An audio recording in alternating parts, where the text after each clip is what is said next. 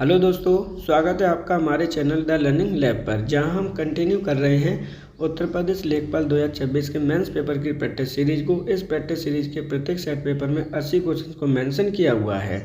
इन 80 questions में क्या क्या टॉपिक आपके मेंशन किए गए हैं वो ऑलरेडी स्लाइड में आपके गिवन है। मात्र इसके अंतर्गत आपका डीआई यानी डाटा इंटरप्रिटेशन और हिंदी को छोड़ दिया गया है।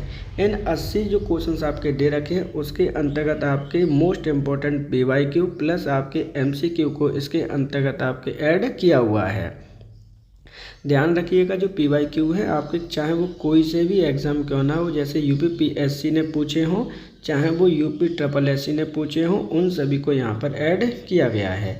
आयोग ने ऑलरेडी आपके लिए क्या किया कि एग्ज़ाम सिटी दे दिया है, तो आप अपनी एग्ज़ाम सिटी अपने रजिस्ट्रेशन नंबर से देख सकते हैं, लेकिन उसके लिए आपको पहले कट करनी पड़ेगी अपनी फ़ीस को।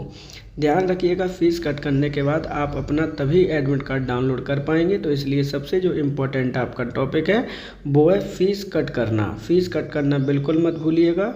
आप अपना एग्ज़ाम सिटी और एडमिट कार्ड तभी आप डाउनलोड कर पाएंगे। इसके बाद में हम अपनी स्ट्रेटजी को समझते हैं कि आपको अब एक हफ्ते के अंतर्गत किस तरह से आपको रीड करना है। तो ध्यान रखिएगा, 20 नंबर की आपकी यूपी स्पेशल आ रही है, जिसके अंतर्गत आपको 2025 और 2026 के करंट अफेयर्स को पढ़ना कंपलसरी है। कंप्लीट ईयर के करंट अफेयर्स उत्तर प्रदेश के ऑलरेडी चैनल पर उपलब्ध है, आप उन्हें जाकर देख सकते हैं। साथ ही साथ आपको कंप्यूटर से संबंधित 25 क्वेश्चन आ रहे हैं, पर्यावरण के 10 क्वेश्चन आ रहे हैं, और सबसे इम्पोर्टेंट टॉपिक है वो है आपका डिजास्टर मैनेजमेंट, आपदा प्रबंधन, जिससे आपके 10 नंबर के क्वेश्चन आने हैं और उन सब से संबंधित आपको रैपिडली अब रिविज़न करना आपके लिए बनता है। ध्यान रखिएगा, अगर आप चैनल पर नए हैं तो प्लीज़ चैनल को सब्सक्राइब जरूर कर लीजिएगा, जिससे कि आपको नोटिफिकेशन ईजिली प्राप्त हो सके और आगे वाले वीडियो का सही समय पर आपके पास नोटिफिकेशन आ जाए, जिससे कि आपका समय कम से कम वेस्ट हो। अगर आपको हमें कोई भी सजेशन देना है तो आप हमें कमेंट में सजेशन दे सकते हैं, जिससे कि हम आपके लिए 1 वीक के अंतर्गत मैक्सिमम से मैक्सिमम कंटेंट आपको प्रोवाइड करा सकें और एक अच्छा रिवीजन करा सकें। तो चलिए बिना टाइम वेस्ट करते हुए चलते हैं अपने आज के पहले क्वेश्चन पर।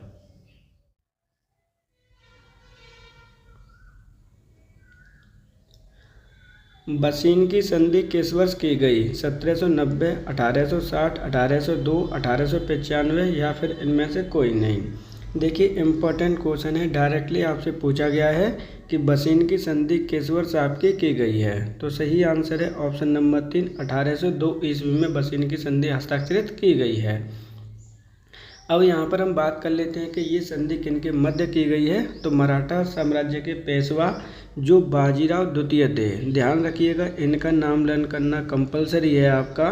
बाजीराव सेकंड और ईस्ट इंडिया कंपनी के मध्य में ये संधि आपकी हस्ताक्षरित की गई है। इस संधि के अंतर्गत ही आपके पेशवा बाजीराव द्वितीय ने क्या एक्सेप्ट कर लिया था? अंग्रेजों की सहायक संधि को एक्सेप्ट कर लिया था। ये चीज़ भी आपको लर्न करनी है, इम्पोर्टेंट है, ध्यान रखिएगा। तो सही आंसर क्या है? ऑप्शन नंबर है आपका यहाँ पर 3। अमृतसर में जलियांवाला बाग जनसंहार किस दिन घटित हुआ था? 13 अप्रैल 1920, 14 अप्रैल 1920, 13 अप्रैल 1919, 19 अप्रैल 1919 या फिर इनमें से कोई नहीं। इम्पोर्टेंट क्वेश्चन है, ध्यान रखिएगा, डायरेक्टली क्वेश्चन पूछा गया है कि जलियांवाला बाग जनसंहार किस दिन आपका घटित हुआ था। तो सही आंसर हो जाएगा ऑप्शन नंबर 3, 13 अप्रैल 1919 ईस्वी में ये घटना घटित हुई थी। अब ये घटना कहाँ पे घटित हुई थी ये भी आपको याद रखना है। तो ये घटना घटित हुई थी आपके अमृतसर में, और अमृतसर आपका कहाँ पर है? तो ध्यान रखना है ये पंजाब में है।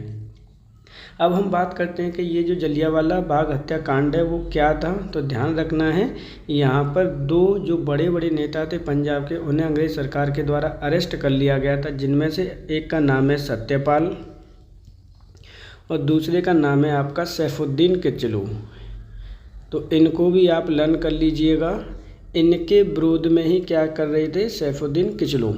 इनके विरोध में ही आपकी जो आम नागरिक जनता थी जनसभा कर रही थी एक बाग में, जलियांवाला बाग जिसे कहते हैं, और उसके अंतर्गत कई हजार लोग थे, जहां पर आपके एक जनरल डायर, ध्यान रखिएगा उस समय का ये व्यक्ति है, जनरल डायर ने क्या किया, निहत्थे लोगों पर आपकी गोलियां चलवा दी थी। ध्यान रखना है।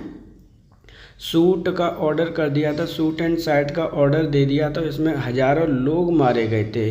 इसके विरोध प्रदर्शन पे ही आपके 2 लोग, जिनमें थे आपका एक का नाम है रविन्द्रनाथ टैगोर।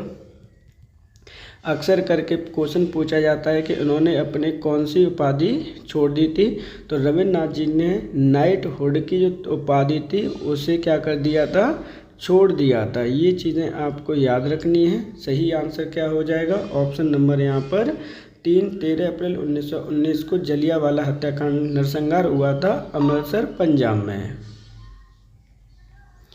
आर्य समाज की स्थापना किसने की थी, राजा राममोहन राय, स्वामी दयानंद सरस्वती, स्वामी विवेकानंद, राजा राधाकांत देव या फिर इनमें से कोई नहीं। देखिए इम्पोर्टेंट क्वेश्चन है, अक्सर करके क्वेश्चन पूछे जाते हैं।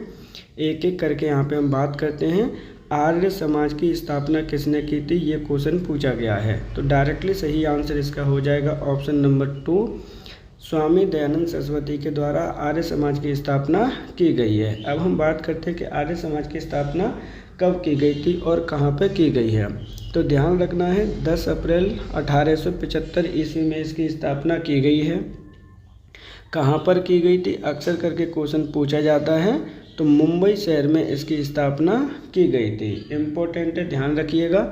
स्वामी दयानंद सरस्वती के द्वारा ही आपका एक स्लोगन दिया गया था, वेदों की ओर लौटो, बैक टू वेदास। ये चीज़ें भी आपको लर्न करनी है क्योंकि इम्पोर्टेंट है, कई बार यहाँ से क्वेश्चन पूछे जाते हैं। इनके द्वारा एक पुस्तक भी लिखी गई थी जो अक्सर करके कई एग्जाम में पूछी गई है, जिसका नाम है सत्यार्थ प्रकाश। ध्यान रखिएगा, इम्पोर्टेंट बुक है आपकी, जहाँ से क्वेश्चन हमेशा पूछे जाते हैं। तो यहाँ पर क्वेश्चन पूछा गया था कि स्थापना किसने की थी, सही आंसर है ऑप्शन नंबर 2। इलाहाबाद स्तंभ शिलालेख निम्नलिखित में से किससे संबंधित है, महापद्मनंद, अशोक, चंद्रगुप्त मौर्य, समुद्रगुप्त या फिर इनमें से कोई नहीं। इम्पोर्टेंट क्वेश्चन है, ध्यान रखिएगा। इलाहाबाद स्तंभ शिलालेख की बात की गई है, ये किससे संबंधित है, क्योंकि ये क्वेश्चन उत्तर प्रदेश स्पेशल में भी पूछा गया है कई बार, इसलिए ये क्वेश्चन आपका इम्पोर्टेंट है। सही आंसर है ऑप्शन नंबर 4, ये समुद्रगुप्त के बारे में लिखा गया एक अभिलेख है। किसके द्वारा लिखा गया है, ये क्वेश्चन कई बार आपका आया हुआ है। इनके ही कवि हरिसेन के द्वारा इसे लिखा गया है। ये चीज़ भी आपको लर्न करनी है। सही आंसर है ऑप्शन नंबर 4। ब्रिटिश भारत में डॉक्ट्रिन ऑफ लिव्स नीति किस गवर्नर जनरल द्वारा लागू की गई थी, Lord Curzon, Lord Wellesley, Lord Dalhousie, Lord Hardinge या फिर इनमें से कोई नहीं। कई बार ये क्वेश्चन आपका पूछा जाता है, ध्यान रखिएगा। यहाँ पर जो क्वेश्चन आपसे पूछा गया है कि भारत में डॉक्ट्रिन ऑफ लिव्स नीति किस गवर्नर जनरल के द्वारा लागू की गई थी, कई बार ये क्वेश्चन आया हुआ है। तो सही आंसर हो जाएगा ऑप्शन नंबर 3, लॉर्ड डलहौजी के द्वारा इस नीति को लागू किया गया था। अब इसके अंतर्गत क्या है नीति और क्या प्रावधान थे वो समझ लीजिए। मान के चलिए कि भारत में कोई राजा है और राजा का कोई आपका क्या है, उत्तराधिकारी नहीं है जो जेन्युइन है। ध्यान रखिएगा, जेन्युइन उत्तराधिकारी की बात हो रही है कि किसी का नहीं है, तो उसका जो साम्राज्य है यानी जहाँ पर वो राज्य कर रहा है वो सीधे किनके अंडर में चला जाएगा, ईस्ट इंडिया कंपनी के अंडर में उस समय चला जाएगा अगर कोई नहीं है तो। ये इस नीति को हमने कहा है डॉक्ट्रिन ऑफ लिव्स। सही आंसर है ऑप्शन नंबर 3। लोकसभा का प्रथम अध्यक्ष कौन था, नीलम संजीव रेड्डी, सरदार हुकुम सिंह, M.A. अयंगर, G.V. मावलंकर या फिर इनमें से कोई नहीं। कई बार ये क्वेश्चन आपसे पूछा जाता है, ध्यान रखिएगा। लोकसभा का प्रथम अध्यक्ष पूछा गया है, सही आंसर है ऑप्शन नंबर 4। भारतीय लोकसभा के प्रथम अध्यक्ष G.V. मावलंकर थे। अध्यक्ष को ही हम क्या कहते हैं, ध्यान रखिएगा। कई बार आपसे कंफ्यूज हो जाते हैं कि स्पीकर कहते हैं, उसी का नाम स्पीकर भी है, ध्यान रखना है। ये कब से कब तक रहे थे, तो ये रहे थे आपके 1952 से लेकर 1956 तक। ये चीज़ें आपको लर्न करनी है। सही आंसर है ऑप्शन नंबर आपका यहाँ पर 4। राज्य, धर्म, वंश, लिंग, जाति और जन्म स्थान के आधार पर भेदभाव नहीं करेगा, ये किस अनुच्छेद में है। कुल मिला के क्वेश्चन आपसे डायरेक्टली पूछा जा रहा है। क्या बोला गया है कि जो राज्य है धर्म, वंश, लिंग, जाति और जन्म स्थान के आधार पर आपसे भेदभाव नहीं करेगा। ये कौन से अनुच्छेद में कहा गया है? अनुच्छेद 13, अनुच्छेद 15, अनुच्छेद 16, अनुच्छेद 14 या फिर इनमें से कोई नहीं। इम्पोर्टेंट क्वेश्चन है, ध्यान रखिएगा। सही आंसर है ऑप्शन नंबर 2, अनुच्छेद 15 में ये सब कहा गया है। अब हम बात कर लेते हैं अदर ऑप्शंस की। देखिए ये जो भाग आपका कहाँ पे दे रखा है, तो भाग नंबर 3 में इनको दे रखा है मौलिक अधिकारों में। ये चीज़ें आपको याद करनी है, कई बार ये क्वेश्चन आपके यहाँ से पूछे जाते हैं। जो अदर ऑप्शन दे रखे हैं उनके बारे में भी समझ लीजिए। यहाँ पर आपसे बात की गई है कि जो अवसर होते हैं उनमें समानता रखी जाएगी, यानी अवसरों में क्या नहीं किया जाएगा, भेदभाव नहीं किया जाएगा किसी भी व्यक्ति के बारे में। दूसरा जो है ऑप्शन नंबर 4 है, यहाँ पर समानता की बात कही गई है, समानता का अधिकार की बात कही गई है। ये चीज़ें आपको याद करनी है। तो इस प्रकार जो सही आंसर है वो है ऑप्शन नंबर 2। इनमें से क्या राज्य सूची में सम्मिलित नहीं है? पुलिस, जेल, कानून और व्यवस्था, दंड प्रक्रिया संहिता या फिर इनमें से कोई नहीं। देखिए इम्पोर्टेंट क्वेश्चन है आपका, यहाँ पर डायरेक्टली बोला गया है कि जो राज्य सूची में क्या है, सम्मिलित आपका नहीं है इनमें से कोई एक। तो ये जो सही आंसर है वो है ऑप्शन नंबर 4। क्योंकि दंड प्रक्रिया संहिता किसका विषय है, तो आपको ध्यान रखना है ये जो सर विषय है वो समवर्ती सूची का विषय है। ये चीज़ें आपको याद रखनी है, इम्पोर्टेंट है। जबकि अदर जो ऑप्शन दे रखे हैं पुलिस, जेल और कानून व्यवस्था, ये सब राज्य का विषय है। सही आंसर है ऑप्शन नंबर यहाँ पर 4। निम्नलिखित में से क्या भारतीय संविधान की मुख्य विशेषता नहीं है? अर्धसंघीय संरचना, शक्तियों का वितरण, लिखित संविधान, प्रतिबद्ध न्यायतंत्र या फिर इनमें से कोई नहीं। अब यहाँ पर जो क्वेश्चन है वो इम्पोर्टेंट आपका हो जाता है। क्या बोला गया है उसकी बात करते हैं एक एक करके। यहाँ पर बोला गया है कि भारतीय संविधान की निम्नलिखित में से कौन सी विशेषता आपकी नहीं है? तो सही आंसर है ऑप्शन नंबर 4, प्रतिबंध न्यायतंत्र भारतीय संविधान की विशेषता नहीं है। क्योंकि भारतीय संविधान में जो न्याय व्यवस्था दी गई है वो निष्पक्ष दी गई है और स्वतंत्र दी गई है। ये चीज़ आपको याद रखनी है, निष्पक्ष और स्वतंत्र है, किसी के अंडर में कार्य नहीं करती है। तो सही आंसर क्या हो जाएगा? Option number 4।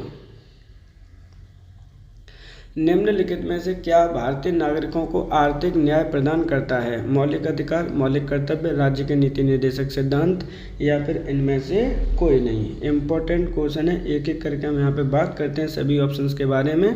क्वेश्चन में बोला गया है कि निम्नलिखित में से क्या भारतीय नागरिकों को किसके न्याय की बात करते हैं? आर्थिक न्याय प्रदान करने की बात करते हैं। तो सही आंसर हो जाएगा यहाँ पे ऑप्शन नंबर 3, राज्य के नीति निर्देशक सिद्धांत। अब ये जो राज्य के नीति निर्देशक सिद्धांत है वो कहाँ पर आपके दिए गए हैं, तो ध्यान रखना है भाग नंबर 4 में इनको यहाँ पे दिया गया है। कौन से आर्टिकल से कहाँ तक ये दे रखे हैं, तो ध्यान रखना है 36 से लेकर 51 आपको पढ़ने पड़ेंगे। वहाँ पर राज्य के नीति निर्देशक तत्व दे रखे हैं। सही आंसर है ऑप्शन नंबर यहाँ पर 3। भारत में सूती वस्त्र उद्योग का सबसे बड़ा केंद्र कहाँ है? कोलकाता, अहमदाबाद, मुंबई, कानपुर या फिर इनमें से कोई नहीं। इम्पोर्टेंट क्वेश्चन है, ध्यान रखिएगा। यहाँ पर क्वेश्चन डायरेक्टली पूछा गया है आपसे कि भारत में सूती वस्त्र उद्योग का सबसे बड़ा केंद्र कहाँ पर है? तो सही आंसर है ऑप्शन नंबर 2, अहमदाबाद में। अहमदाबाद आपका कहाँ पर है, कौन से राज्य में है? तो ध्यान रखना है ये आपका गुजरात राज्य में है। और अहमदाबाद को किस नाम से जाना जाता है, तो इसे हम भारत का मैनचेस्टर कहते हैं। ये चीज़ आपको लर्न करनी है। कई बार ये क्वेश्चन यहाँ से इस प्रकार से पूछा गया है कि भारत का मैनचेस्टर कौन सा शहर कहलाता है? सही आंसर है ऑप्शन नंबर 2। दक्कन ट्रैप का निर्माण किस प्रकार की ज्वालामुखी गतिविधियों से हुआ है? विस्फोटक ज्वालामुखी, मिश्रित ज्वालामुखी, दरारी उद्भेदन, भूकंपीय गतिविधि या फिर इनमें से कोई नहीं। अब देखिए यहाँ पे जो क्वेश्चन पूछा गया है इम्पोर्टेंट है, आपका ध्यान रखिएगा। क्या बोला गया है एक एक करके बात करते हैं। दक्कन के ट्रैप की बात करते हैं कि इसका निर्माण किस प्रकार की ज्वालामुखी गतिविधियों से हुआ है। तो सही आंसर है ऑप्शन नंबर 3, दरारी उद्वेलन से इसका निर्माण हुआ है। ध्यान रखिएगा, जो आपका दक्कन का ट्रैप है या दक्कन का जो पठार है आपका, सबसे ज़्यादा वहाँ पर क्या मिलता है, ये चीज़ आपको याद रखनी है। तो वहाँ पर मिलता है हमें बेसोल्ट लावा। ये चीज़ें आपको याद रखनी है, इम्पोर्टेंट है। सही आंसर है ऑप्शन नंबर आपका 3। ज्वार भाटा की उत्पत्ति के लिए कौन सा बल जिम्मेदार है? पृथ्वी का गुरुत्वाकर्षण, पृथ्वी की घूर्णन, महासागरीय धाराएं, चंद्रमा और सूर्य का गुरुत्वाकर्षण, या फिर इनमें से कोई नहीं। इम्पोर्टेंट क्वेश्चन है, ध्यान रखिएगा। कई बार पहले भी पूछा गया है। नेचुरल ज्योग्राफी से क्वेश्चन है आपका कि जो ज्वार भाटा होते हैं उनके लिए कौन सा बल जिम्मेदार है? तो सही आंसर हो जाएगा ऑप्शन नंबर 4, चंद्रमा और सूर्य का गुरुत्वाकर्षण इसके लिए जिम्मेदार है। सही आंसर क्या होगा? Option number 4। भारत में किस राज्य की साक्षरता दर सबसे कम है? राजस्थान, बिहार, झारखंड, उत्तर प्रदेश, या फिर इनमें से कोई नहीं। जनगणना 2011 से क्वेश्चन आपसे पूछा गया है कि किस राज्य की साक्षरता दर सबसे कम है? तो सही आंसर है ऑप्शन नंबर 2, आपके बिहार राज्य की साक्षरता दर सबसे कम है। जबकि ध्यान रखना है इसकी मिनिमम है, तो मैक्सिमम कौन से राज्य की है? तो ध्यान रखना है मैक्सिमम है आपके केरला राज्य की। सही आंसर है ऑप्शन नंबर आपका 2। विश्व में कहवा का सबसे बड़ा उत्पादक देश कौन सा है? भारत, वियतनाम, ब्राज़ील, कोलंबिया, या फिर इनमें से कोई नहीं। यहाँ पर आपको ध्यान रखना है, क्वेश्चन पूछा गया कि सबसे बड़ा उत्पादक देश कौन सा है, काय का, कहवा का, और कहवा किसे कहते हैं? तो ध्यान रखना है ये आपका कॉफ़ी के लिए शब्द यूज किया जाता है। क्वेश्चन पूछा गया कॉफ़ी का सबसे बड़ा उत्पादक देश कौन सा है? तो सही आंसर हो जाएगा ऑप्शन नंबर आपका 3, ब्राज़ील देश दुनिया का सबसे बड़ा कॉफ़ी उत्पादक देश है। भारत के डेडिकेटेड फ्रेट कॉरिडोर के पश्चिमी गलियारे का टर्मिनल स्टेशन कौन सा है? लुधियाना, दानकुनी, JNPT, मुंबई, दादरी, या फिर इनमें से कोई नहीं। इम्पोर्टेंट क्वेश्चन है, ध्यान रखिएगा, क्योंकि ये उत्तर प्रदेश से बिलोंग करता हुआ क्वेश्चन है और इसके आने के चांस बहुत ज़्यादा हैं। डेडिकेटेड फ्रेट कॉरिडोर के पश्चिमी गलियारे की बात की जा रही है कि इसका टर्मिनल स्टेशन आपका कौन सा है? तो सही आंसर है ऑप्शन नंबर 4, ये आपका दादरी में है। ध्यान रखिएगा, ये उत्तर प्रदेश में स्थित आपका एक कस्बा है, ये चीज़ें आपको याद करनी है। सही आंसर क्या होगा? Option number 4। उत्तर प्रदेश के किस जिले में भारत का पहला फ्रेट विलेज विकसित किया गया है? वाराणसी, लखनऊ, नोएडा, कानपुर, या इनमें से कोई नहीं। तो ध्यान रखिएगा, उत्तर प्रदेश के कौन से ज़िले में भारत का पहला फ्रेट विलेज की बात की गई है कि इसका जो निर्माण है कहाँ पे किया गया है? सही आंसर है ऑप्शन नंबर 1, इसका निर्माण आपके वाराणसी ज़िले में किया गया है। अब हम बात करते हैं कि सर ये जो क्वेश्चन है आपके इस प्रकार के कहाँ से पूछे जा रहे हैं? तो ध्यान रखिएगा, ये जो सभी क्वेश्चन है आपके उत्तर प्रदेश करंट अफेयर से ये क्वेश्चन आपके पूछे जा रहे हैं, ध्यान रखना है।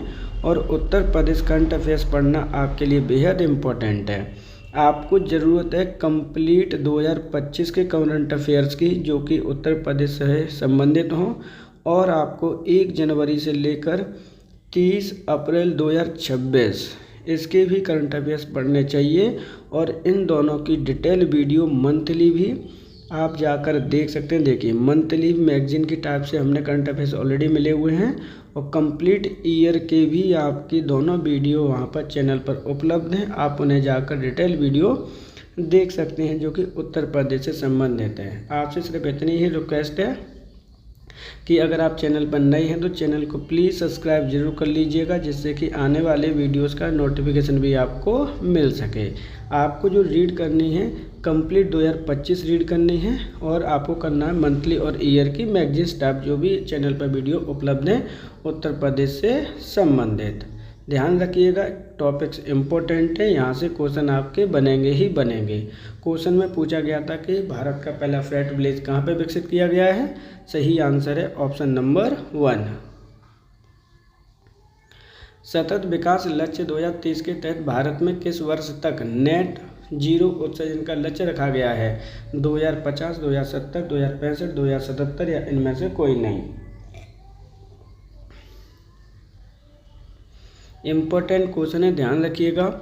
सतत विकास लक्ष्य 2030 की बात की गई है, किसके अंतर्गत भारत ने किस वर्ष तक नेट उत्सर्जन जीरो की बात कही गई है। तो सही आंसर है ऑप्शन नंबर 2, वर्ष 2070 तक। अब हम बात करते हैं सतत विकास लक्ष्य 2030 की, तो इसके अंतर्गत कितना रखा गया है। ध्यान रखिएगा, एक समझौता हुआ था जिसको हम बोलते हैं पेरिस कन्वेंशन। पेरिस कन्वेंशन के साथ में आपके कुछ समझौते किए गए थे, जहाँ पर लक्ष्य रखे गए थे, विज़न रखे गए थे। कितने विज़न रखे गए थे, तो यहाँ पर 17 विज़न रखे गए थे। इसके अंतर्गत सब विज़न की अगर बात करते तो 169 थे। 2015 की ये बात हो रही है और इन्हें हमें प्राप्त करना था 2030 तक। इसी के अंतर्गत भारत की एक उपलब्धि की बात कही गई थी कि कौन से वर्ष तक नेट जीरो उत्सर्जन करने का लक्ष्य रखा गया है भारत का। तो सही आंसर है ऑप्शन नंबर 2। जिस दर से भारतीय रिजर्व बैंक को धन उधार देता है उसे हम क्या कहते हैं। SLR, repo rate, CRR, reserve repo rate, या फिर इनमें से कोई नहीं। इम्पोर्टेंट क्वेश्चन है, ध्यान रखिएगा। यहाँ पे डायरेक्टली क्वेश्चन आपसे क्या पूछा गया है वो भी हम बात करते हैं। यहाँ पर कह रहा है कि जो आपका RBI होता है, रिजर्व बैंक ऑफ इंडिया होता है, वो कॉमर्शियल बैंक जो होती हैं आपकी उनको ऋण देता है।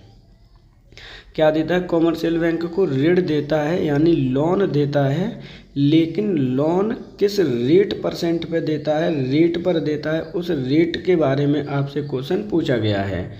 तो यहाँ पर जो सही आंसर है वो है ऑप्शन नंबर आपका 2, रेपो रेट पर आपका लोन देता है RBI।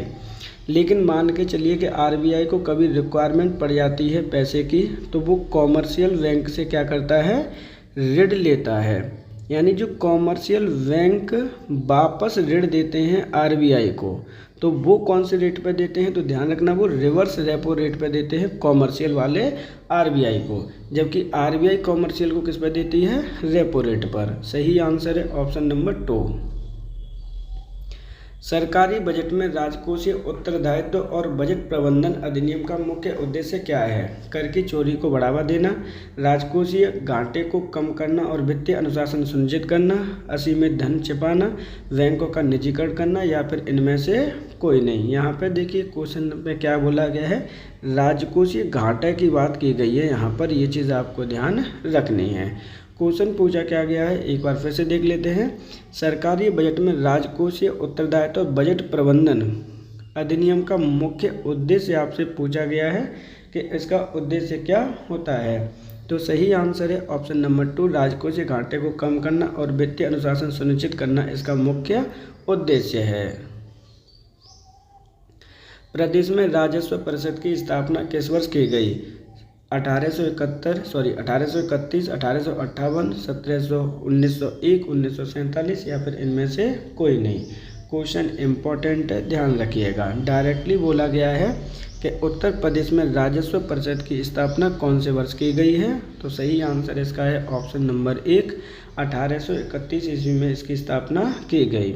इसकी स्थापना उत्तर प्रदेश में कहाँ पर की गई थी, तो ध्यान रखना है उस समय आपके इलाहाबाद में की गई थी। लेकिन वर्तमान नाम आप सभी को पता है कि इसका नाम अब क्या हो चुका है, प्रयागराज हो चुका है। सही आंसर है ऑप्शन नंबर 1।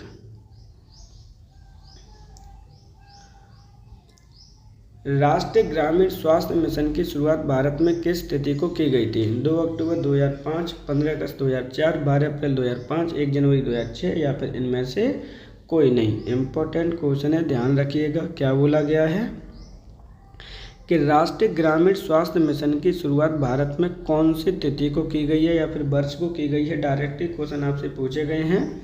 सही आंसर है ऑप्शन नंबर आपका 3, 12 अप्रैल 2005 में इसकी शुरुआत की गई है। ध्यान रखिएगा, इम्पोर्टेंट है। इसी स्वास्थ्य मिशन के अंतर्गत जो ग्रामीण गांव होते हैं, ग्रामीण एरिया होते हैं, वहां पर एक स्वास्थ्य कर्मी की नियुक्ति की जाती है जिसे हम आशा कहते हैं। सही आंसर है ऑप्शन नंबर 3। जवाहर रोजगार योजना का विलय किस वर्ष स्वर्ण जयंती ग्राम स्वरोजगार योजना में किया गया। 1997, 1999, 2001, 2005, या फिर इनमें से कोई नहीं। इम्पोर्टेंट क्वेश्चन है, ध्यान रखिएगा। क्या बोला गया है कि जवाहर रोजगार योजना का विलय किस वर्ष स्वर्ण जयंती ग्राम स्वरोजगार योजना में किया गया। सही आंसर है ऑप्शन नंबर 2 1999 ईस्वी में। जबकि जवाहर रोजगार योजना की शुरुआत कब की गई थी? तो इसकी शुरुआत की गई थी आपकी 1989 ईस्वी में। ये चीज़ भी आपको याद रखनी है। सही आंसर है ऑप्शन नंबर आपका 2। भूमि सुधार के अंतर्गत जमींदारी उन्मूलन करने वाला भारत का पहला राज्य कौन सा बना था? कुल मिला के ये है कि आपको भूमि सुधार करने थे और उसके अंतर्गत आपका एक अधिनियम लाया गया था जमींदारी उन्मूलन। उसको अप्लाई करने वाला भारत का पहला राज्य कौन सा था? पश्चिम बंगाल, बिहार, तमिलनाडु, उत्तर प्रदेश या फिर इनमें से कोई नहीं। तो जो सही आंसर है वो है ऑप्शन नंबर 4 है, उत्तर प्रदेश इसे लागू करने वाला पहला राज्य था। ध्यान रखना है, ये उत्तर प्रदेश ने कब लागू किया था, ये क्वेश्चन आपका पूछा जा सकता है, तो ध्यान रखना है। ये लागू किया था आपका 1 जुलाई 1952 में। तो सही आंसर है ऑप्शन नंबर 4। दीनदयाल अंत्योदय योजना राष्ट्रीय ग्रामीण आजीविका मिशन का मुख्य उद्देश्य क्या है? ग्रामीण क्षेत्रों में सड़कों का निर्माण, गरीबों के लिए आवास प्रदान करना, ग्रामीण निर्धन परिवारों को लाभकारी स्वरोजगार और कौशल मजदूरी रोजगार के अवसर देना, ग्रामीण क्षेत्रों में 100% साक्षरता दर प्राप्त करना या फिर इनमें से कोई नहीं। क्वेश्चन क्या है फिर से देख लीजिए।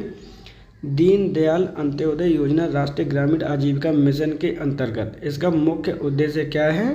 सही आंसर है ऑप्शन नंबर 3। क्या है ऑप्शन नंबर 3?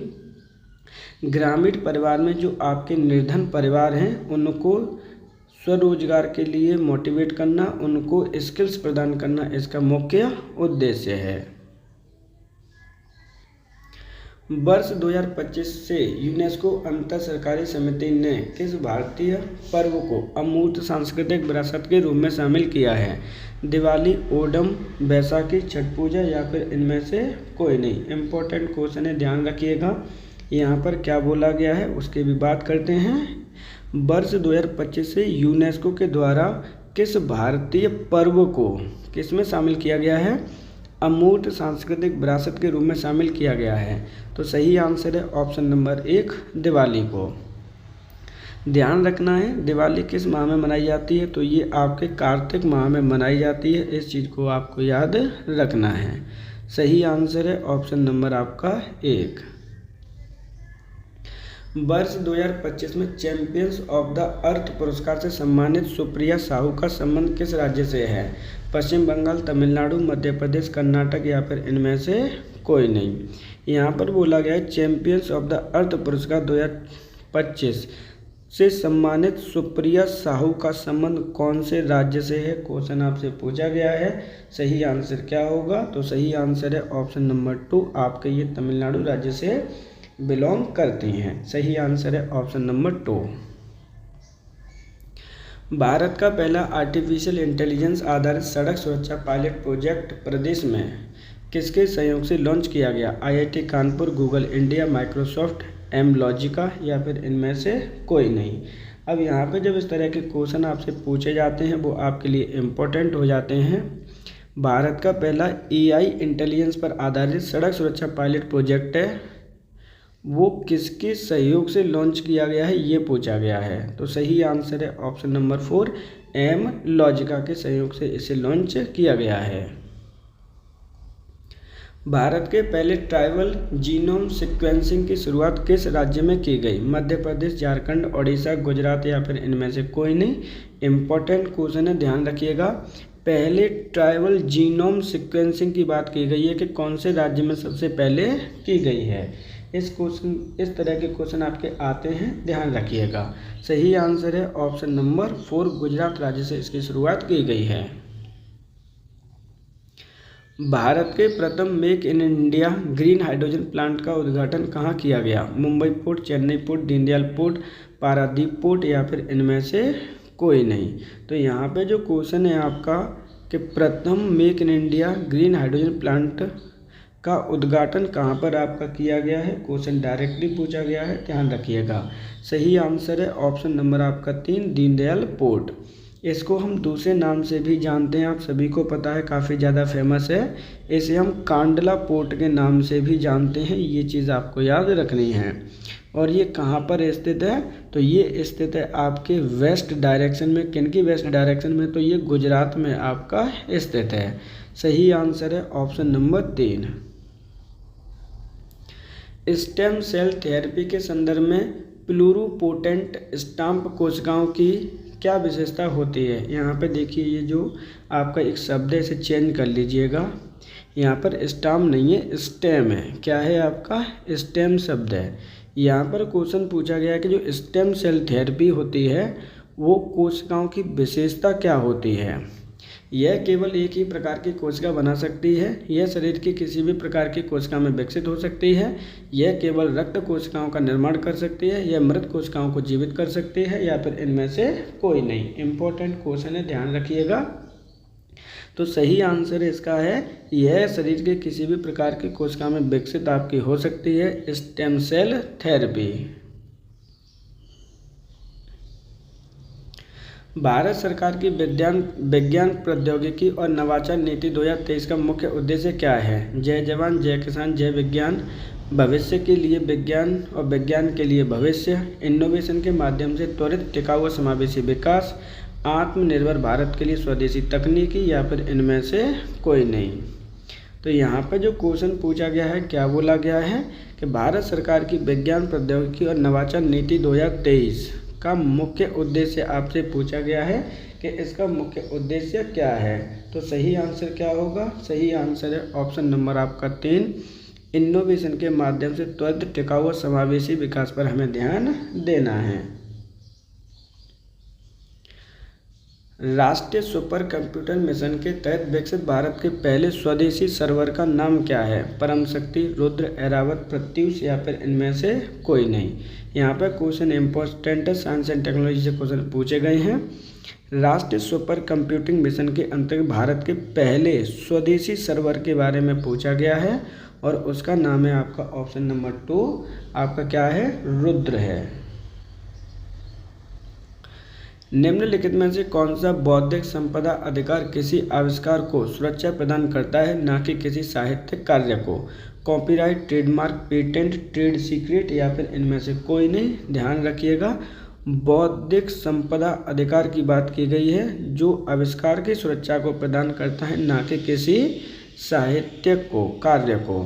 तो सही आंसर है ऑप्शन नंबर 3, पेटेंट।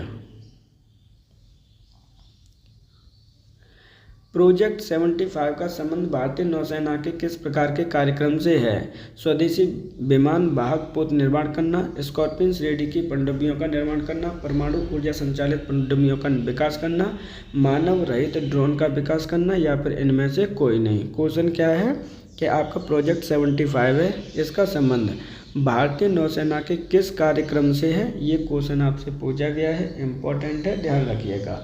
सही आंसर यहाँ पे है ऑप्शन नंबर 2, स्कॉर्पियन श्रेणी की पनडुब्बियों का निर्माण करना। इसके अंतर्गत प्रोजेक्ट 75 को प्रारंभ किया गया है।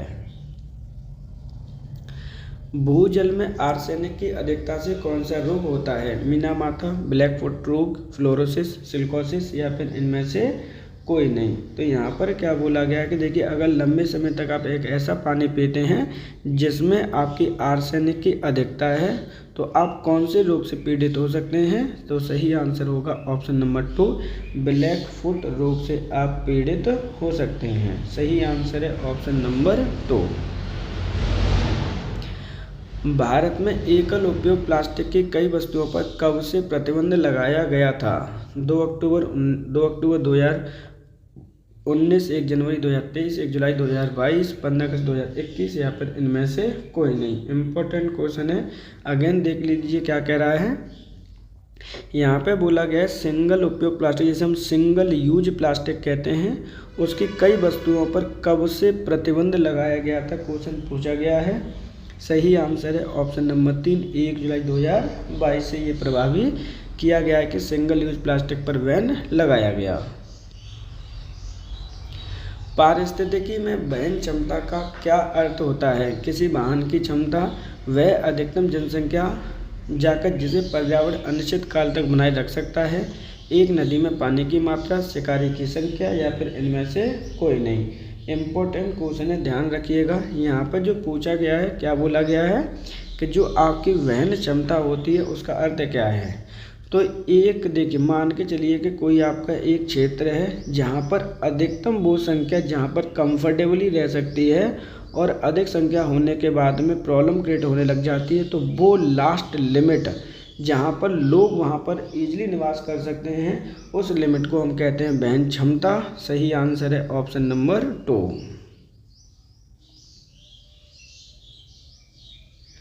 पानी में कॉलीफॉल बैक्टीरिया की उपस्थिति किसका संकेत है।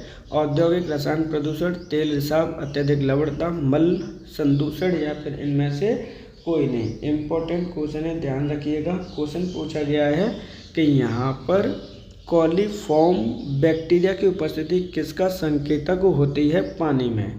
तो सही आंसर है ऑप्शन नंबर आपका यहाँ पर 4, मल संदूषण का आपका ये जो पहचान होती है, संकेत होता है, जिसके कारण कौन कौन से रोग आपके हो सकते हैं। आपको हैजा हो सकता है, आपको टाइफाइड हो सकता है, आपको पैचेस जैसी बीमारियां आपके हो सकती हैं। सही आंसर यहाँ पे क्या होगा, तो ऑप्शन नंबर 4 होगा, मल संदूषण। भूस्खलन के लिए कौन सा कारक प्रत्यक्ष रूप से जिम्मेदार नहीं है। गुरुत्वाकर्षण, ओजोन क्षरण, भारी वर्षा, भूकंप या फिर इनमें से कोई नहीं। अब देखिए, आप सभी को पता है कि जो भूस्खलन प्रक्रिया होती है वो पहाड़ों का टूटना होता है। उसके लिए कौन सा कारक प्रत्यक्ष रूप से जिम्मेदार नहीं है। तो सही आंसर है ऑप्शन नंबर 2, ओजोन जो परत होती है उसका डिप्लेशन भूस्खलन के लिए कोई भी डायरेक्ट आपका इम्पोर्टेंट नहीं है।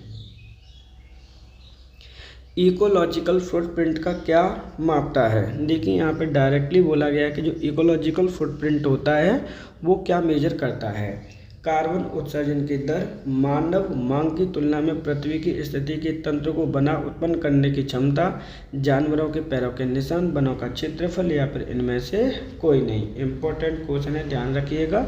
सही आंसर हो जाएगा यहाँ पर ऑप्शन नंबर 2, मानव मांग की तुलना में पृथ्वी की स्थिति के तंत्र को बना उत्पन्न करने की ये आपकी क्या है, क्षमता है, जिसे हम क्या कहते हैं, इकोलॉजिकल फुटप्रिंट कहते हैं।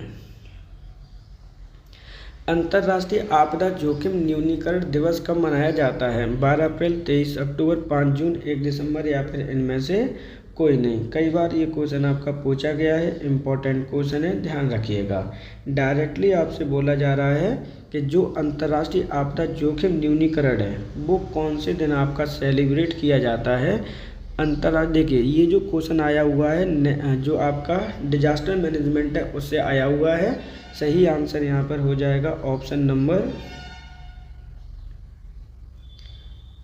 5, इनमें से कोई नहीं, क्योंकि ये जो सेलिब्रेट किया जाता है वो किया जाता है 13 अक्टूबर को। ध्यान रखिएगा, कई बार ये क्वेश्चन आपका पूछा गया है, डिजास्टर मैनेजमेंट से ये टॉपिक है। सही आंसर है ऑप्शन नंबर आपका 5। भारत के राष्ट्रीय वायु गुणवत्ता सूचकांक में वायु गुणवत्ता को कितनी श्रेणियों में वर्गीकृत किया गया है। 4, 5, 6, 8 या फिर इनमें से कोई नहीं। कई बार ये क्वेश्चन आपका आया हुआ है, ध्यान रखिएगा। राष्ट्रीय वायु गुणवत्ता सूचकांक की बात की जा रही है कि वायु की गुणवत्ता को कितनी श्रेणियों में विभाजित किया गया है। तो सही आंसर है ऑप्शन नंबर 3, 6 श्रेणियों में यहाँ पे विभाजित किया गया है। नागोया प्रोटोकॉल का संबंध निम्नलिखित में से किस विषय से है। आनुवांशिक संसाधन तक पहुंच और लाभ का निष्पक्ष साझाकरण, जैव सुरक्षा, आर्द्र भूमि संरक्षण, समुद्र का कानून या फिर इनमें से कोई नहीं। क्वेश्चन इम्पोर्टेंट है, ध्यान रखिएगा। क्या बोला गया है कि जो आपका नागोया प्रोटोकॉल है वो निम्नलिखित में से किस विषय से आपका संबंधित है। सही आंसर हो जाएगा ऑप्शन नंबर 1, आनुवांशिक संसाधनों तक पहुंच और लाभ का निष्पक्ष साझाकरण से संबंधित है आपका नागोया प्रोटोकॉल। नागोया प्रोटोकॉल कब आया है, तो ये आया है आपके 2010 में। सही आंसर है ऑप्शन नंबर आपका 1। बंगाल का आतंक किस आक्रामक खरपतवार को कहा जाता है। लैंटिना कैमरा, पार्थेनियम, वाटर हाइनेट यूकेलिप्टस या फिर इनमें से कोई नहीं। क्वेश्चन इम्पोर्टेंट है। यहाँ पर बोला गया कि बंगाल का आतंक किस आक्रामक खरपतवार को कहा जाता है, तो सही आंसर है ऑप्शन नंबर आपका 3 वाटर हाइनेथ को। वाटर हाइनेथ को आप जलकुंभी के नाम से भी जानते हैं, ये चीज़ आपको याद रहनी चाहिए। तो सही आंसर क्या होगा यहाँ पर ऑप्शन नंबर 3। भारत में कंप्यूटर साक्षरता दिवस कब मनाया जाता है? 5 सितंबर, 14 नवंबर, 2 दिसंबर, 28 फरवरी या फिर इनमें से कोई नहीं। देखिए इस तरह के भी क्वेश्चन आपके आएंगे ही आएंगे, ध्यान रखिएगा। डायरेक्टली क्वेश्चन आपसे पूछा गया है, कंप्यूटर के क्वेश्चन यहाँ से प्रारंभ होते हैं आपके, जो कि 15 नंबर के आने हैं। कंप्यूटर साक्षरता दिवस कब मनाया जाता है? सही आंसर है ऑप्शन नंबर 2, प्रत्येक 2 दिसंबर को हम कंप्यूटर साक्षरता दिवस मनाते हैं। जबकि अदर जो ऑप्शन दे रखे हैं उनको भी देख लीजिए। 5 सितंबर को हम टीचर डे मनाते हैं, नेशनल टीचर डे मनाते हैं, ये चीज़ आपको याद रखनी है। हो सकता है कि मैचिंग में आपसे क्वेश्चन पूछ ले। वहीं अगर हम 14 नवंबर की बात करते हैं तो नेशनल चाइल्ड डे मनाते हैं हम। 28 फरवरी को हम विज्ञान दिवस मनाते हैं, नेशनल साइंस डे मनाते हैं, ये चीज़ आपको याद कर लेनी है। तो सही आंसर क्या है ऑप्शन नंबर 3। बिग डाटा की विशेषताओं में वॉल्यूम का क्या अर्थ है? डाटा की गति, डाटा की विविधता, डाटा का विशाल आकार, डाटा की सत्यता या फिर इनमें से कोई नहीं। तो यहाँ पर जो सही आंसर होगा वो क्या है? देखिए क्वेश्चन में जो पूछा गया उस पर ही आपका आंसर डिपेंड करता है कि बिग डाटा की विशेषताओं में वॉल्यूम का क्या अर्थ होता है। तो सही आंसर है ऑप्शन नंबर 2। इसमें जो आपका है ऑप्शन नंबर 3 डाटा का विशाल आकार। सही आंसर है ऑप्शन नंबर 3। सीपीयू और मुख्य मेमोरी के बीच बफर के रूप में कौन सी मेमोरी कार्य करती है? ROM, hard disk, cache memory, flash memory या फिर इनमें से कोई नहीं। तो ध्यान रखना है, सीपीयू और मुख्य मेमोरी के बीच में एक बफर के रूप में जो कार्य करती है वो कौन सी मेमोरी होती है, ये क्वेश्चन पूछा गया है। सही आंसर है ऑप्शन नंबर 3 कैश मेमोरी आपकी कार्य करती है।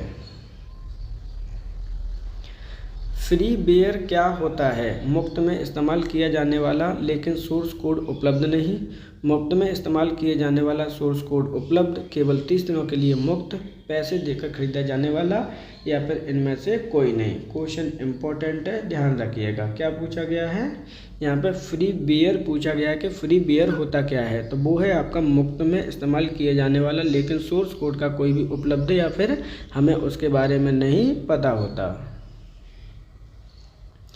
बार कोड रीडर किस सिद्धांत पर कार्य करता है? ध्वनि तरंगें, प्रकाश का परावर्तन, गर्मी, चुंबकत्व या फिर इनमें से कोई नहीं। तो यहाँ पे क्वेश्चन इम्पोर्टेंट है। क्या कह रहा है? यहाँ पे कह रहा है कि जो बार कोड रीडर होता है वो किस सिद्धांत पर आपका कार्य करता है। तो सही आंसर है ऑप्शन नंबर 2 प्रकाश के परावर्तन पर ये कार्य करता है। ये चीज़ें आपको याद रखनी है, इम्पोर्टेंट है। सही आंसर होगा ऑप्शन नंबर 2। प्लॉटर द्वारा उत्पन्न आउटपुट को किस रूप में जाना जाता है? Soft copy, digital copy, hard copy, audio copy या फिर इनमें से कोई नहीं। यहाँ पर पूछा गया है कि जो आपका प्लॉटर होता है उसके द्वारा उत्पन्न आउटपुट को किस रूप में जानते हैं? तो आप सभी को पता है, इसे हम हार्ड कॉपी कहते हैं। सही आंसर है ऑप्शन नंबर 3। DHCP का पूर्ण रूप क्या होता है? Dynamic host configuration protocol, domain host control protocol, data hyper connection protocol, digital host communication path या फिर इनमें से कोई नहीं। क्वेश्चन इम्पोर्टेंट है, ध्यान रखिएगा। यहाँ पर पूछा गया है DHCP का पूर्ण रूप। सही आंसर है option number 1 dynamic host configuration protocol. Virtual reality headset किस श्रेणी का गैजेट है? केवल स्टोरेज का, केवल इनपुट का, immersive gadget, text only display या फिर इनमें से कोई नहीं। क्वेश्चन इम्पोर्टेंट है। वर्चुअल रियलिटी से क्वेश्चन पूछा गया है कि जो आभासी वास्तविकता होती है वो कौन सी श्रेणी का गैजेट आपका होता है। तो सही आंसर क्या होगा यहाँ पे? सही आंसर है option number 3 immersive gadget. Printer को टैबलेट या मोबाइल से वायरलेस तरीके से कनेक्ट करने के लिए किस तकनीकी का उपयोग किया जाता है? बीजीए केबल, अथरनेट केबल, ब्लूटूथ और वाईफाई, HDMI पोर्ट या फिर इनमें से कोई नहीं। क्वेश्चन इंपॉर्टेंट है, ध्यान रखिएगा। क्या कह रहे हैं यहाँ पे, वो आपको फिर से बात कर लेनी है कि प्रिंटर को टैबलेट या मोबाइल से कनेक्ट करने के लिए वायरलेस तरीके से, ध्यान रखना वायरलेस तरीके की बात की गई है, और वो कौन सी तकनीकी है, ये क्वेश्चन आपसे पूछा गया है। तो सही आंसर क्या होगा? ऑप्शन नंबर 3 ब्लूटूथ या फिर वाईफाई से हम उसे कनेक्ट कर सकते हैं। MS एक्सेल में डाटा को ग्राफिकल रूप से प्रदर्शित करने के लिए किसका उपयोग किया जाता है? टेबल, फॉर्मूला, चार्ट, मैक्रो या फिर इनमें से कोई नहीं। क्वेश्चन इंपॉर्टेंट है। क्या पूछा गया है कि जो MS एक्सेल होता है, ध्यान रखिएगा, डाटा को हमें दिखाना है ग्राफिकल रूप में, तो हम किसका उपयोग करेंगे, ये क्वेश्चन आपसे पूछा गया है। तो सही आंसर है यहाँ पर हो जाएगा ऑप्शन नंबर 3, हम चार्ट के रूप में उसे हम दिखा सकते हैं। ऑपरेटिंग सिस्टम का कौन सा घटक हार्डवेयर के साथ सीधा संचार करता है? Shell, kernel, application program, user interface या फिर इनमें से कोई नहीं। यहाँ पर क्वेश्चन है आपका, जो ऑपरेटिंग सिस्टम होता है उसका कौन सा घटक हार्डवेयर के साथ सीधा संचार करता है, कम्युनिकेट करता है, तो वो है ऑप्शन नंबर 2 कर्नेल। डिजिटल वित्तीय लेन देन का सबसे सुरक्षित तरीका क्या माना जाता है? सार्वजनिक वाईफाई का लेन देन, अज्ञात लिंक पर क्लिक करना, मजबूत पासवर्ड और 2 फैक्टर ऑथेंटिकेशन का उपयोग करना, साझा कंप्यूटर पर लॉगिन करना या फिर इनमें से कोई नहीं। देखिए मैं फिर से इस क्वेश्चन को समझा देता हूँ, क्योंकि सोशलिस्टिक क्वेश्चन है आपका। हम जब डिजिटल लेन देन करते हैं तो सबसे सुरक्षित तरीका क्या माना जाता है, उसकी हम बात यहाँ पर कर रहे हैं। देखिए एक एक करके हम डिटेल में देखते हैं इसके आंसर्स को। क्या हमें सार्वजनिक वाईफाई का प्रयोग करना चाहिए? तो बिल्कुल नहीं करना चाहिए। अज्ञात लिंक पर क्लिक करना चाहिए? बिल्कुल नहीं करना चाहिए। साझा कंप्यूटर का लॉगिन करना चाहिए? बिल्कुल नहीं। हमें मजबूत पासवर्ड क्रिएट करना है और 2 फैक्टर ऑथेंटिकेशन का उपयोग करना चाहिए। यही होगा आपका सही तरीका और यही है क्वेश्चन का आंसर। आर्टिफिशियल इंटेलिजेंस के तहत ट्यूरिंग टेस्ट का क्या उद्देश्य है? कंप्यूटर की गति मापन, यह निर्धारित करना कि मशीन मानव जैसी बुद्धि का प्रदर्शन कर सकती है या नहीं, रोबोट बनाना, डाटा की मात्रा मापन या फिर इनमें से कोई नहीं। देखिए यहाँ पे थोड़ा सा ऑप्शन गड़बड़ हुए हैं, उनको बढ़ा लीजिएगा। रोबोट बनाना तीसरा ऑप्शन है, जबकि चौथा है आपका डाटा की मात्रा को मापना, और ये ऑप्शन है आपका 5। क्वेश्चन पूछा गया है क्या है कि जो आर्टिफिशियल इंटेलिजेंस है, AI है, उसमें ट्यूरिंग टेस्ट क्या है? तो वो है आपका यह निर्धारित करना कि मशीन मानव जैसी बुद्धि का प्रदर्शन कर सकती है या फिर नहीं कर सकती। निम्नलिखित में से आउटपुट नहीं है? Barcode reader, speaker, printer, monitor या फिर इनमें से कोई नहीं। यहाँ पूछा गया कि निम्नलिखित में से आउटपुट नहीं है, तो सही आंसर हो जाएगा ऑप्शन नंबर 1 बारकोड रीडर, क्योंकि जो बारकोड रीडर होता है वो होता है आपका एक प्रकार का इनपुट। सही आंसर क्या है? Option number 1। देश का कौन सा जिला आंवला उत्पादन के लिए सर्वाधिक प्रसिद्ध है? सहारनपुर, मलिहाबाद, प्रतापगढ़, जौनपुर या फिर इनमें से कोई नहीं। क्वेश्चन इंपॉर्टेंट है, ध्यान रखिएगा। एक एक करके हम बात करते हैं। यहाँ पे क्वेश्चन पूछा गया कि निम्नलिखित में से कौन सा जिला है जो आंवला उत्पादन के लिए फेमस है? सही आंसर हो जाएगा यहाँ पे ऑप्शन नंबर 3 प्रतापगढ़ जिला उत्तर प्रदेश का आंवला उत्पादन के लिए फेमस है। जबकि जो सहारनपुर, अदर ऑप्शन दे रखे हैं, सहारनपुर है आपका संतरा के लिए, मलिहाबाद आपका लखनऊ में है, ये चीज़ आपको ध्यान रखनी है। लेकिन ये किस लिए फेमस है? तो ये आपका फेमस है दशहरी आम के लिए। इम्पोर्टेंट फैक्टर है, यहाँ से हमेशा क्वेश्चन पूछे जाते हैं, ध्यान रखिएगा। जौनपुर सिराज-ए-हिंद के नाम से जाना जाता है, जो कि शिक्षा का केंद्र हुआ करता था पहले। तो ये चीज़ भी इसके बारे में याद रखनी है। सही आंसर है ऑप्शन नंबर 3।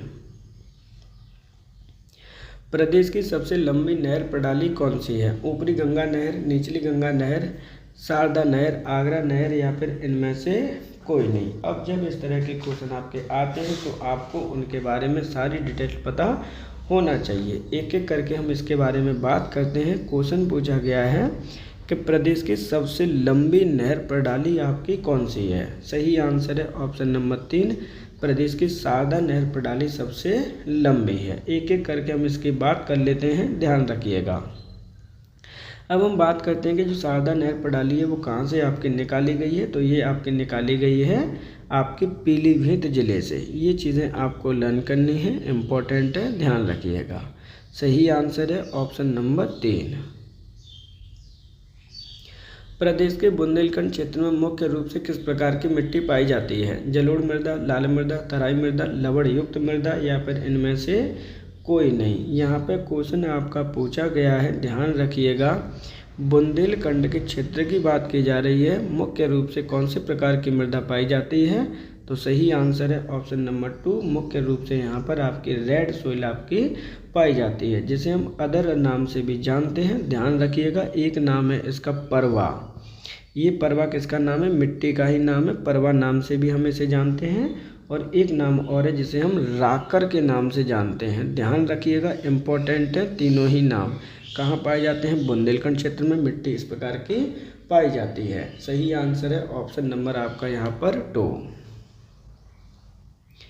1925 में भारतीय राष्ट्रीय कांग्रेस के अधिवेशन प्रदेश के किस शहर में हुआ था, जिसकी अध्यक्षता प्रथम भारतीय महिला अध्यक्ष सरोजिनी नायडू के द्वारा की गई थी।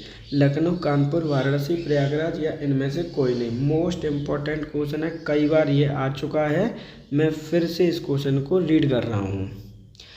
1925 में आपका अधिवेशन हुआ है, भारतीय राष्ट्रीय कांग्रेस के अधिवेशन में प्रदेश के किस शहर में हुआ था, क्वेश्चन आपसे पूछा गया है।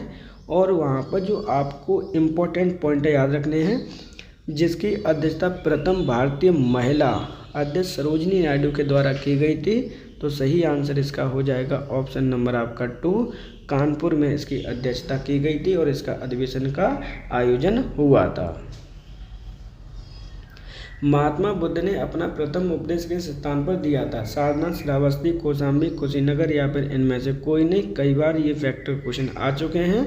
महात्मा बुद्ध के द्वारा अपना प्रथम उपदेश कौन से स्थान पर दिया गया था। सही आंसर है ऑप्शन नंबर 1, सारनाथ में अपना जो पहला उपदेश दिया गया था। सारनाथ कहाँ पर है, तो ध्यान रखना है ये आपका वाराणसी में स्थित है। ये तो हो गई इनके स्थान की बात, लेकिन जो प्रथम उपदेश दिया था वो किस नाम से जाना जाता है, उसे हम क्या कहते हैं, ये चीज़ भी आपको पता होना चाहिए।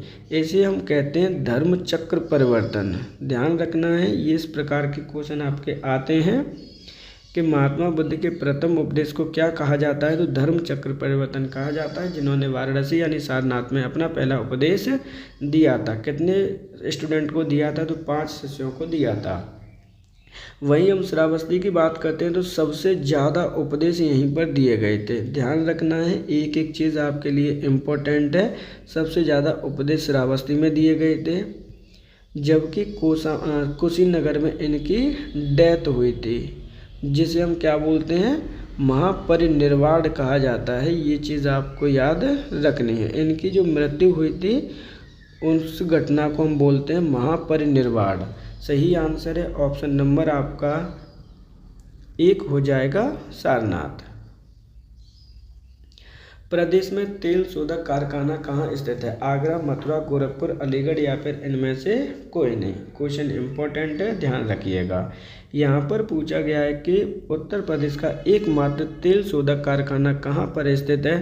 सही आंसर है ऑप्शन नंबर 2, ये मथुरा में आपका स्थित है। क्वेश्चन आपका आ सकता है कि कौन सी कंपनी का है, तो ध्यान रखिएगा इंडियन ऑयल कॉरपोरेशन का है। किसका है, इंडियन ऑयल कॉरपोरेशन कंपनी का है। ये चीज़ आपको याद रखनी है।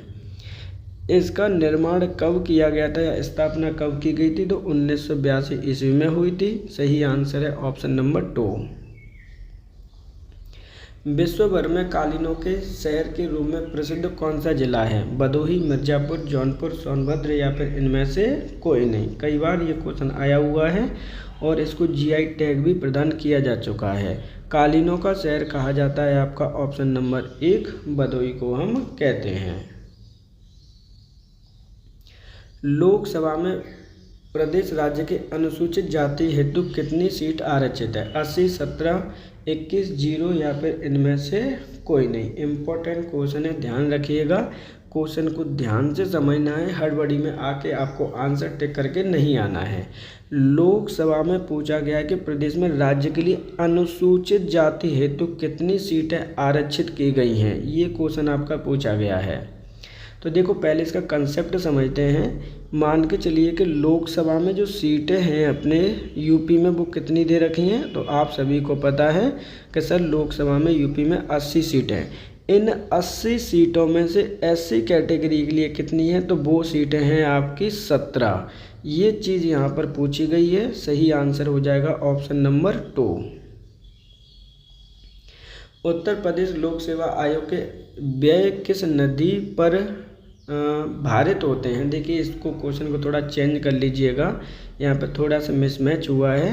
क्वेश्चन है आपका कि उत्तर प्रदेश लोक सेवा आयोग, जिसे हम यूपीपीएससी कहते हैं, इसने बोला किस नदी पर नहीं है, किस निधि है, यहाँ पर किस निधि पर भारित होते हैं। ये क्वेश्चन आपका पूछा गया, पॉलिटिकल साइंस से क्वेश्चन आपका आया है।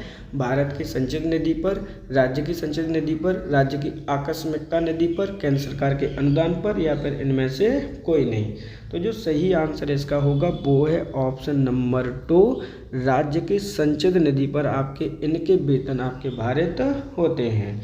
इसका वर्णन कहाँ पे किया गया है, तो अगर आप पढ़ेंगे आर्टिकल नंबर 322। सही आंसर है ऑप्शन नंबर आपका 2। गोमती नदी का उद्गम स्थल प्रदेश का कौन से जिले से हुआ है। पीलीभीत, लखीमपुर खीरी, शाहजहाँपुर, हरदोई, या फिर इनमें से कोई नहीं।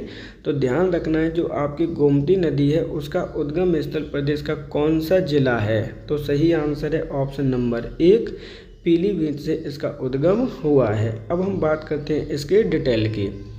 इसका जो उद्गम हुआ है वो फूलर नदी फूलर लेक से हुआ है, ये चीज़ आपको याद रखनी है। फूलर झील से आपका हुआ है। इसकी जो टोटल लेंथ है इस नदी की वो कितनी है, तो वो है आपके 960 किलोमीटर की लेंथ है लगभग। इसी नदी के किनारे पर आपका जो लखनऊ शहर आपका बसा हुआ है, और एक प्रकार की ये आपकी मैदानी नदी है, ये चीज़ आपको याद रखनी है। तो सही आंसर क्या है, ऑप्शन नंबर आपका 1।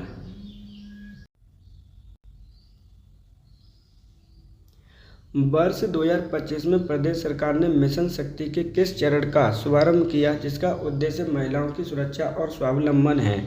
तीसरा, चौथा, पांचवा, छठवां, या इनमें से कोई नहीं। इंपॉर्टेंट क्वेश्चन है, फिर से मैं बता रहा हूँ यहाँ पर कि वर्ष 2025 की बात की जा रही है कि उत्तर प्रदेश सरकार के द्वारा एक मिशन चलाया गया, मिशन शक्ति, जिसका उद्देश्य महिलाओं की सुरक्षा करना और उनको स्वावलंबन बनाना।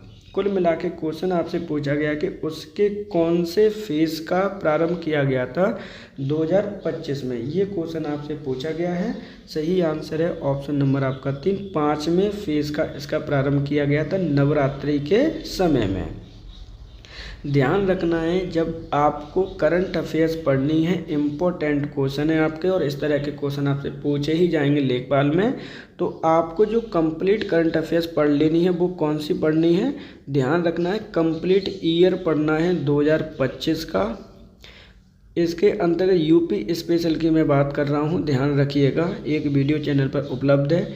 इसके साथ साथ आप 1 जनवरी से लेकर 30 अप्रैल 2026 जो 4 महीने की वीडियो है यूपी स्पेशल की ही, वो भी चैनल पर उपलब्ध है। आप उन दोनों वीडियोस को देख लीजिए और इस तरह के क्वेश्चन आप इजीली उनको सॉल्व कर पाएंगे वीडियो को देखने के बाद। काफ़ी लॉन्ग्स वीडियो हैं, उनको आप ऑब्जेक्टिव टाइम में दे रखा है, वो सारी चीज़ें वहाँ पर आपकी बताई गई हैं।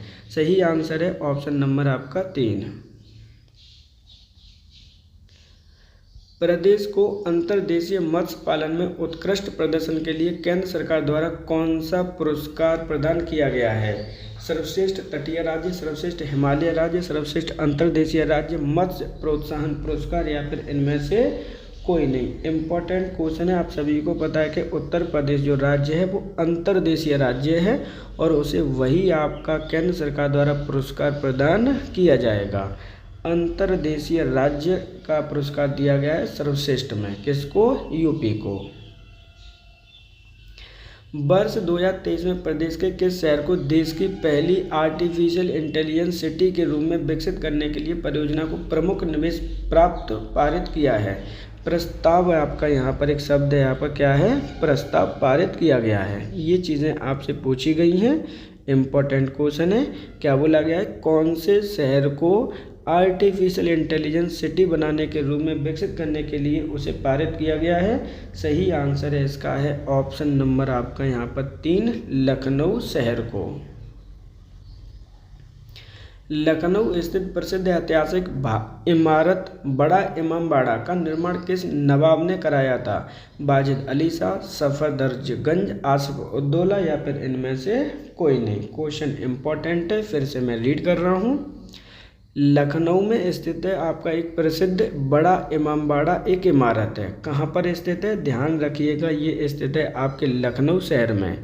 क्वेश्चन पूछा गया कि कौन से नवाब ने इसे बनवाया था? सही आंसर है ऑप्शन नंबर आपका 3, आसिफ उद्दौला के द्वारा इसका निर्माण कराया गया है। कब कराया गया था ये भी कई बार पूछ लिया जाता है। तो 1784 ईस्वी में इसका निर्माण कराया गया है। ध्यान रखिएगा, ये क्यों इम्पोर्टेंट है, ये क्वेश्चन कई बार आपका पूछा जाता है। इसे हम लखनऊ का भूल भुलैया भी कहते हैं। एक पर्यटन स्थल के रूप में जाना गया है। आप वहाँ पर जाकर आ सकते हैं, काफ़ी अच्छा बना हुआ है। लखनऊ जाइए, घूम फिर के आप आ सकते हैं। सही आंसर है ऑप्शन नंबर यहाँ पर आपका 3। प्रदेश में एकमात्र केंद्रीय कृषि विश्वविद्यालय रानी लक्ष्मीबाई केंद्रीय कृषि विश्वविद्यालय कहाँ स्थित है? वाराणसी, झांसी, मेरठ, बांदा या फिर इनमें से कोई नहीं। क्वेश्चन इंपॉर्टेंट है, नाम से ही आपको पता चल जाएगा कि ये कहाँ पर होगा। केंद्रीय कृषि विश्वविद्यालय रानी लक्ष्मीबाई केंद्रीय कृषि विश्वविद्यालय कहाँ पर स्थित है? सही आंसर हो जाएगा ऑप्शन नंबर 2, ये मेरठ में आपका स्थित है। बात करते हैं कि इसकी स्थापना की, कब इसकी स्थापना की गई है, कब महत्वपूर्ण है ये? तो ये की गई है इसकी 2014 में। सही आंसर है ऑप्शन नंबर आपका 2। बायोटेक्नोलॉजी पार्क प्रदेश के किस शहर में स्थित है? नोएडा, लखनऊ, ग्रेटर नोएडा, गाजियाबाद या फिर इनमें से कोई नहीं। क्वेश्चन इंपॉर्टेंट है, ध्यान रखिएगा।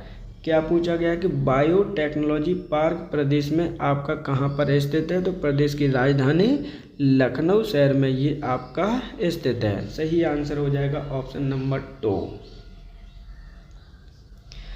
प्रसिद्ध कवि और मधुशाला के रचयिता हरिवंश राय बच्चन का जन्म प्रदेश के किस जिले में हुआ था? प्रयागराज, प्रतापगढ़, आजमगढ़, रायबरेली या फिर इनमें से कोई नहीं। क्वेश्चन इंपॉर्टेंट है, एक एक करके हम बात यहाँ पे करते हैं। क्या बात करते हैं? देखिए, यहाँ पर बोला गया कि जो हरिवंश राय बच्चन जी हैं उनका जन्म कौन से ज़िले में हुआ है? सही आंसर है ऑप्शन नंबर 2, प्रतापगढ़ जिले में इनका जन्म हुआ है। हरिवंश राय कौन है? तो ये हैं आपके एक कवि हैं जिनके द्वारा मधुशाला पुस्तक आपकी लिखी गई है, रचना लिखी गई है।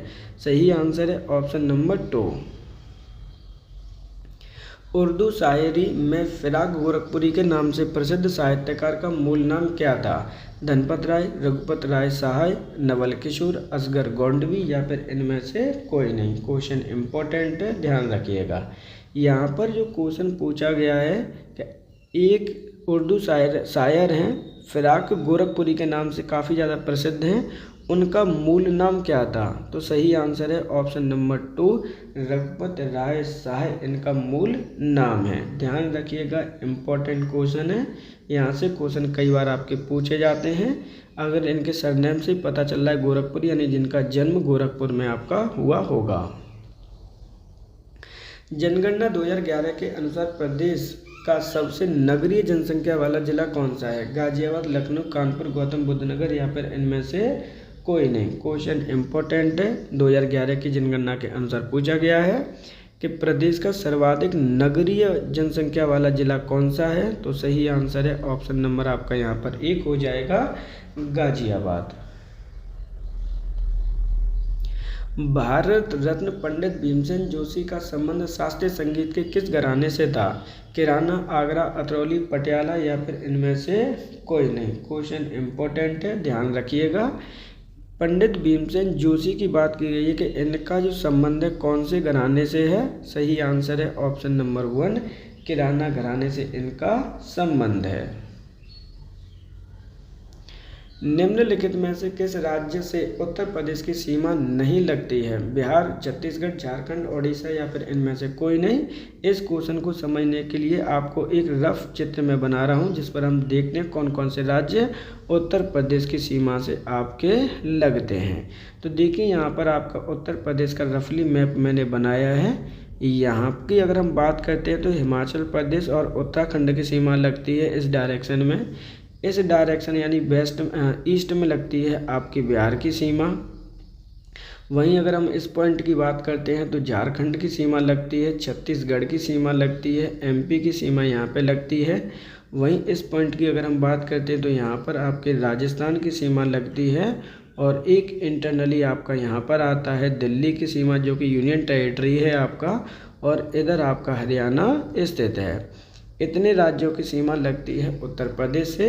अब हम देख लेते हैं कि कौन सा हमारे ऑप्शन में इनमें से नहीं है। बिहार है, छत्तीसगढ़ है, झारखंड है, ओडिशा, इनमें से कोई नहीं। तो सही आंसर हो जाएगा ऑप्शन नंबर 4, उड़ीसा राज्य की जो सीमा है उत्तर प्रदेश से आपकी नहीं लगती है। तो इस प्रकार आज के हमारे 80 क्वेश्चंस यहाँ पे कंप्लीट होते हैं। आप सभी से रिक्वेस्ट है कि अगर आप चैनल पर नए हैं तो प्लीज़ चैनल को सब्सक्राइब जरूर कर लीजिएगा, जिससे कि आपको नोटिफिकेशन ऑलरेडी जितने भी वीडियो आए उनका मिल सके। आप अपने कमेंट में एग्ज़ाम सिटी को कमेंट कर सकते हैं कि आपका सेंटर कहाँ पे गया हुआ है। अगर आप एग्ज़ाम सिटी नहीं देख पा रहे हैं तो ध्यान रखिएगा, पहले आपको अपनी फ़ीस कट करनी पड़ेगी, उसके बाद ही आप अपनी एग्ज़ाम सिटी देख पाएंगे, क्योंकि आपके पास अब लिमिटेड समय है।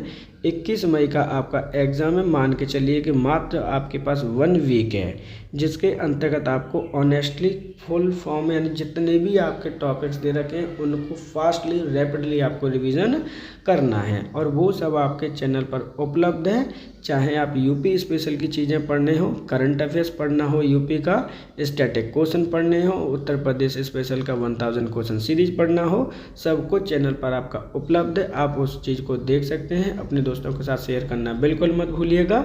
एक आपसे रिक्वेस्ट है कि वो है आपकी सब्सक्राइब करने वाली। इसका कोई भी चार्ज आप पर नहीं लग रहा है। आप जब सब्सक्राइब करते हैं, कमेंट करते हैं, हमें उससे एक मोटिवेशन मिलती है, जिससे कि हम आपके लिए कंटेंट को बेस्ट से बेस्ट करने की कोशिश करते हैं। आज के लिए इतना ही। आप सभी का धन्यवाद।